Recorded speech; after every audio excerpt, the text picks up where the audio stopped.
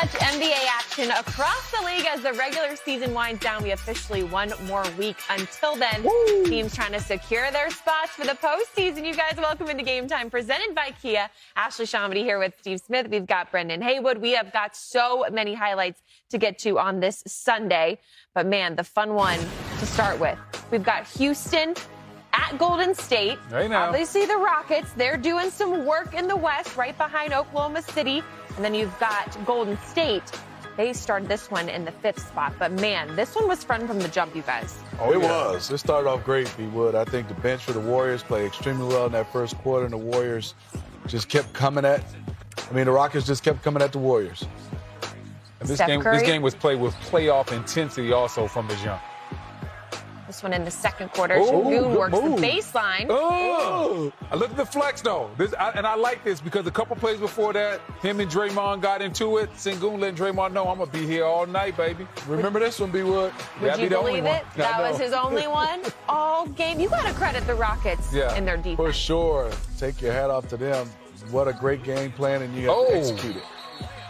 Houston up by 1 at the half. Draymond Green elbow Sengun in the face and received the flagrant one. This one was a controversial call because he had 5 fouls in the third quarter. This was his 4th. Yeah, man, I think they owed Dray one on that one, as we see Thompson with a nice dunk. But I didn't think that was a flagrant one by Draymond. Not by the definition. They said it was a windup. Green gets it back for that slam. Then Jalen Green again. Here hits step back. Watch out. Hey, the chef was on his heels, wasn't he?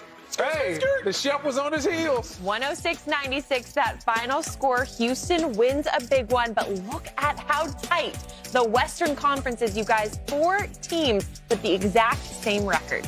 It is, and then you talk about 4 teams that go all the way from the 5th spot to the 8th spot to play in, but also the Denver Nuggets only a half game away from those other 4 teams. This is going to be a race down to the end. You lose a couple, you can go from 4 to the play-in. Yeah. That's tough. That is tough. And back to this game, Steph Curry, we saw his only shot was that 3 right before the half. He was 1 of 10, like we were talking about. You got to credit the Rockets and their defense. I know before the game, Smitty, you were saying, I'm curious how the Rockets will do against such a veteran defense like Golden State. Yes, for sure. And they showed up. This. What a game plan they had, Ashley. If you watch it, they were double teaming. They didn't give him any space. And that's the one thing is, if you have a team defense, you can play this close to him because you always have another guy being able to help you. You can see on the drives, on the moves, somebody is there. There's Dillon Brooks. He misses this one.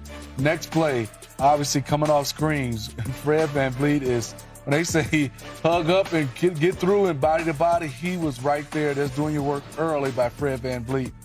Coming off the screen right now, he collects 2. Hands, active. Steven Adams, Dillon Brooks, all night he saw these kind of double teams and saw this type of attention to details against Steph. And then you see the shooting chart for Steph. 1 for 10, and that was just that one. Ooh, I tell you what, boy, for the chef, kitchen was closed tonight. Yeah. wasn't nothing getting cooked no up in there. groceries. Yes, sir.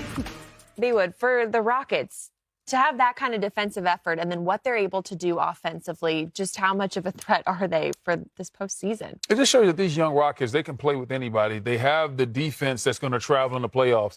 We're trying to figure out, do they have that star that's going to elevate them to the next level and take them from a good regular season team to a team that can compete for a title?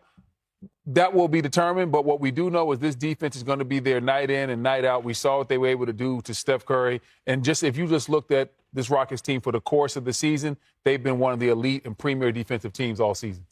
Golden State falls to 40. Oh, my God. That's the American Express. That's your Sparty dog, man. Yes, That's how Michigan State play, man. They play with a little bit of edge to them. Brendan Haywood. Got to. 51-50. Rockets lead it. Before we came on, and we talked for this one just about the young Rockets team, how they would react, how they would play against just the veteran defense that is the Warriors, and largely led by Draymond Green. I think Smitty, they responded well. Yeah. We would. I think the young guys, Sengun especially, we would get a chance to watch. I think all of them. You just also, as a young team, sometimes young players can't play when they get emotional. Hopefully they can stay on lines. Don't back down from anybody. Keep playing hard. This young team has done that, and led by their coaching staff. Ime Udoka is one of those guys. They like to make it physical, but you got to stay within your game. And I thought in the first half they did a nice job. And obviously the defense for the Rockets, they kept Steph Curry to just 3 points. He hit him with about 2 seconds left before the half, he would. But he did have those 7 assists, so he's obviously been a facilitator out there. And that's the good news if you're the Golden State Warriors. You go into halftime and you say, hey, guys, we're down 1.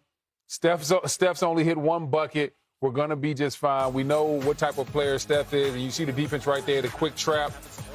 Steph has seen every coverage in the book. He understands that he can get his shot off at any time. You see him with the great dime, 7 assists in the first half. And like I said, right there, passed up a good shot to get a great shot. He's being a great leader right now. He understands that the Rockets are emphasizing trying to take him away. He's not doing anything that he can't do. He's making the right play as he shoots a deep 3 right there. But I want you to pay attention to something that happened right before the half. Ime kind of got into it with Steph. Mm-hmm. Steph's one of those guys, you want to leave that guy alone.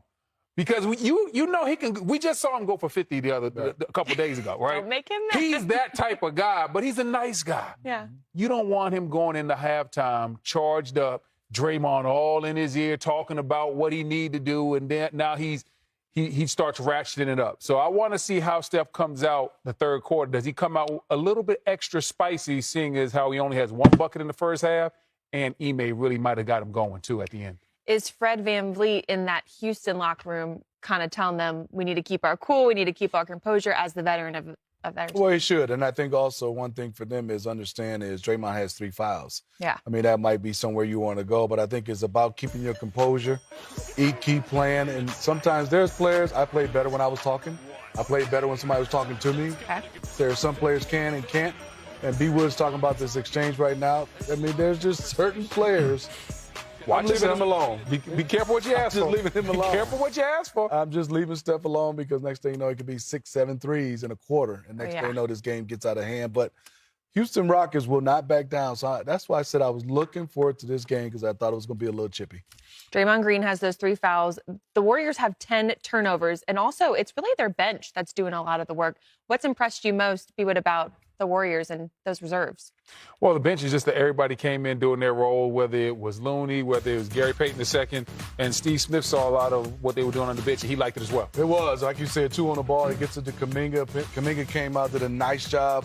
He had 5 points, and we saw Steph giving it up, but Gary Payton II, this young fella, known as a defender, had 11 points, and I think this is the key for me.